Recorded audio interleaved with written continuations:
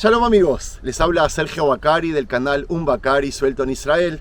Otro domingo con ustedes, otro domingo con la Biblia en la mano, en busca de capítulos, versículos, personajes, lugares, cosas, todo lo relacionado con la misma, desde el mismo lugar de los hechos.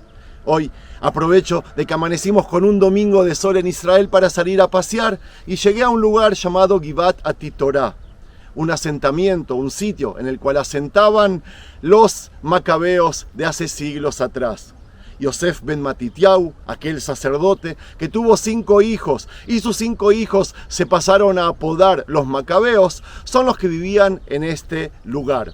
Estoy dentro de la ciudad Modi'in, la ciudad de donde yo vivo, y de aquí nace la rebelión contra los griegos, aquella rebelión que terminó con la restauración del gran templo de Jerusalén y la inauguración del santuario, que nosotros seguimos recordando hasta el día de hoy por medio de la fiesta Hanukkah, la fiesta de las luminarias.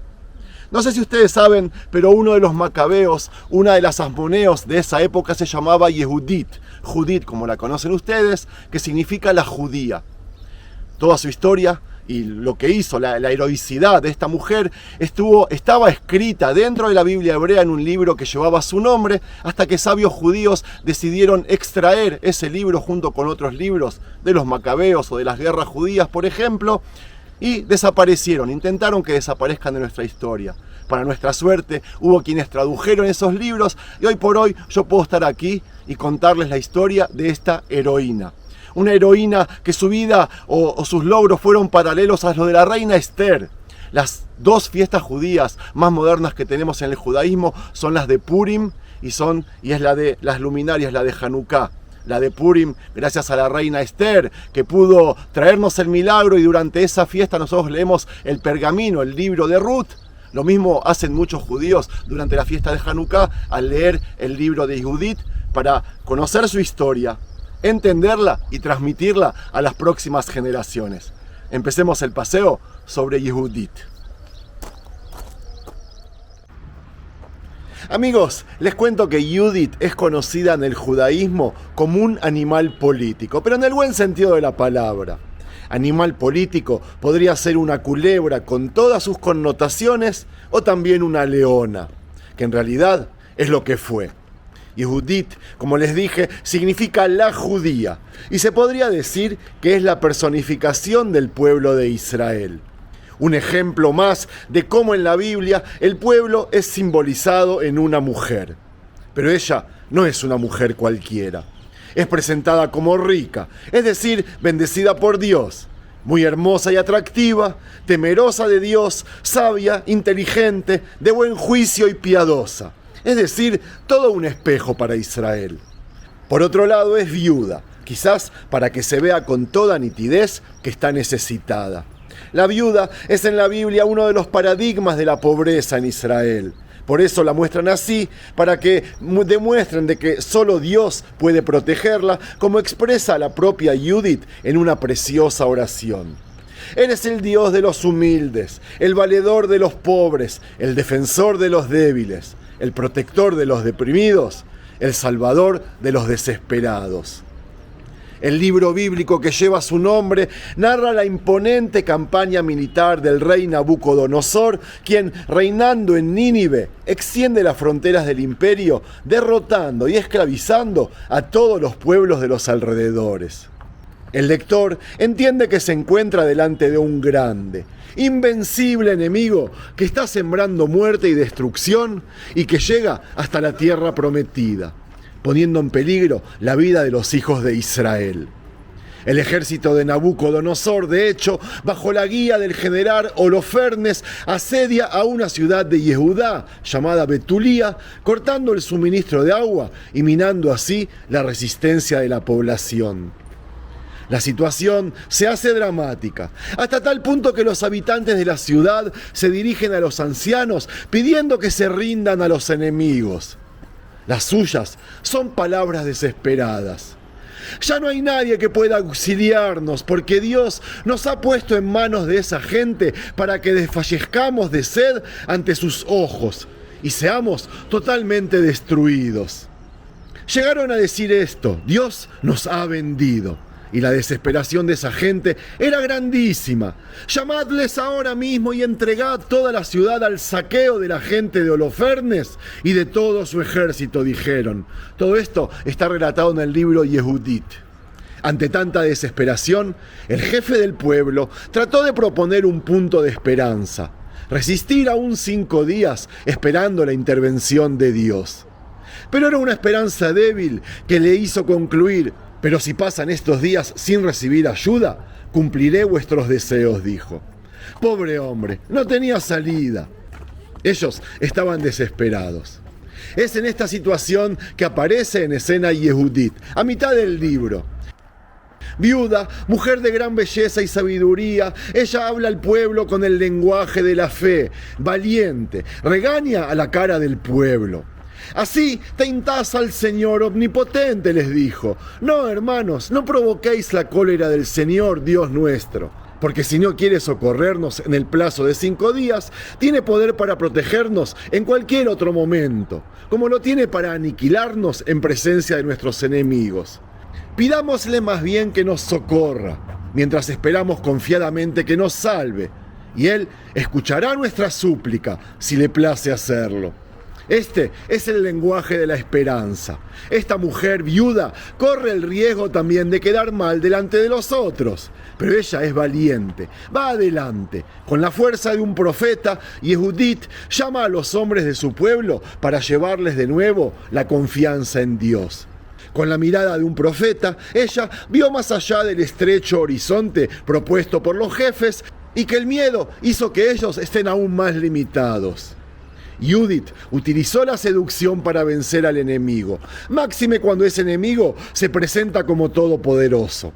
Lo dijo expresamente: por la seducción de mi lengua, hiere al siervo con su jefe, al jefe junto con su siervo.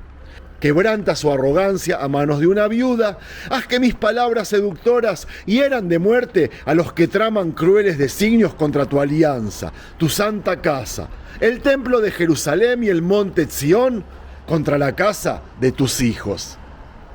Fue ahí cuando Yehudit y su criada llegarán al campamento asirio con la intención de engañar a los enemigos, haciéndoles creer que les van a informar de una entrega segura a la ciudad sitiada. Naturalmente, la belleza de la mujer y su prudencia encandilarán a todos, empezando por el propio general Holofernes, que querrá hacer la suya. Sería una vergüenza, le dijo a su criado, que la dejáramos marchar sin gozar de sus favores. Si no consigo poseerla, se reirá de mí. De esta manera, el general se sitúa en el esquema del honor y la vergüenza. En una de las escenas más representadas en el arte, Yehudit corta la cabeza de un Holofernes borracho con su propia espada, como en el caso de David y Goliat. A partir de aquí, la situación cambia radicalmente. Los hijos de Israel que estaban sitiados crecen muchísimo, se motivan mucho más y lograron poner en fuga a unos enemigos que, aterrados, descubrieron que su general había muerto y cuya cabeza pendía de las murallas de Betulía. Y es así como se salvó no solo la ciudad sitiada, sino también Jerusalén y su templo. Una vez más, la debilidad asociada a la mujer, así como otras virtudes como la belleza, es presentada en contraste con la fuerza bruta, actitud ligada al sexo masculino, como el recurso del que Dios se vale para llevar la historia adelante. Y como les dije al principio, al no tomar parte en la Biblia judía, la historia de Yehudit casi no tiene memoria en la tradición judía antigua. No es citada ni en la Mishnah, no en el Talmud, ni tampoco en la Safrut Hazal, en la literatura de los sabios judíos. Recién en el siglo XI renació este personaje gracias a las traducciones que se habían hecho a otros idiomas. Y es así cuando se conectó a Yehudit con Yehudá HaMaccabí, Judea el Macabeo, que desde aquí mismo, desde este mismo lugar, prepararon la rebelión que tan éxito tuvo para el pueblo judío. Como siempre, nosotros estamos en el lugar de los hechos. Las obras de ambos fueron paralelas, pero jamás ellos actuaron juntos. En la historia de Hanukkah, primero relatan la historia de Yehudit y enseguida después aparece Yehudá para terminar la misión. Es decir, primero está el libro de Yehudit y después el libro de los Macabeos. En ambos casos se hizo uso de la espada del enemigo. Yehudit para decapitar a Olorfenes, como les conté antes, y Yehudá el Macabeo para hacer lo mismo con Apolonius. En ambos casos aparecen personajes malos, ministros de reyes extranjeros. Olorfenes era el ministro de ejército de Nabucodonosor de Asiria y Nicanor en el segundo caso.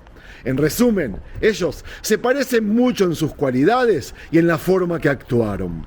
Ambos lo hicieron por temor al cielo, a Dios y para cumplir preceptos.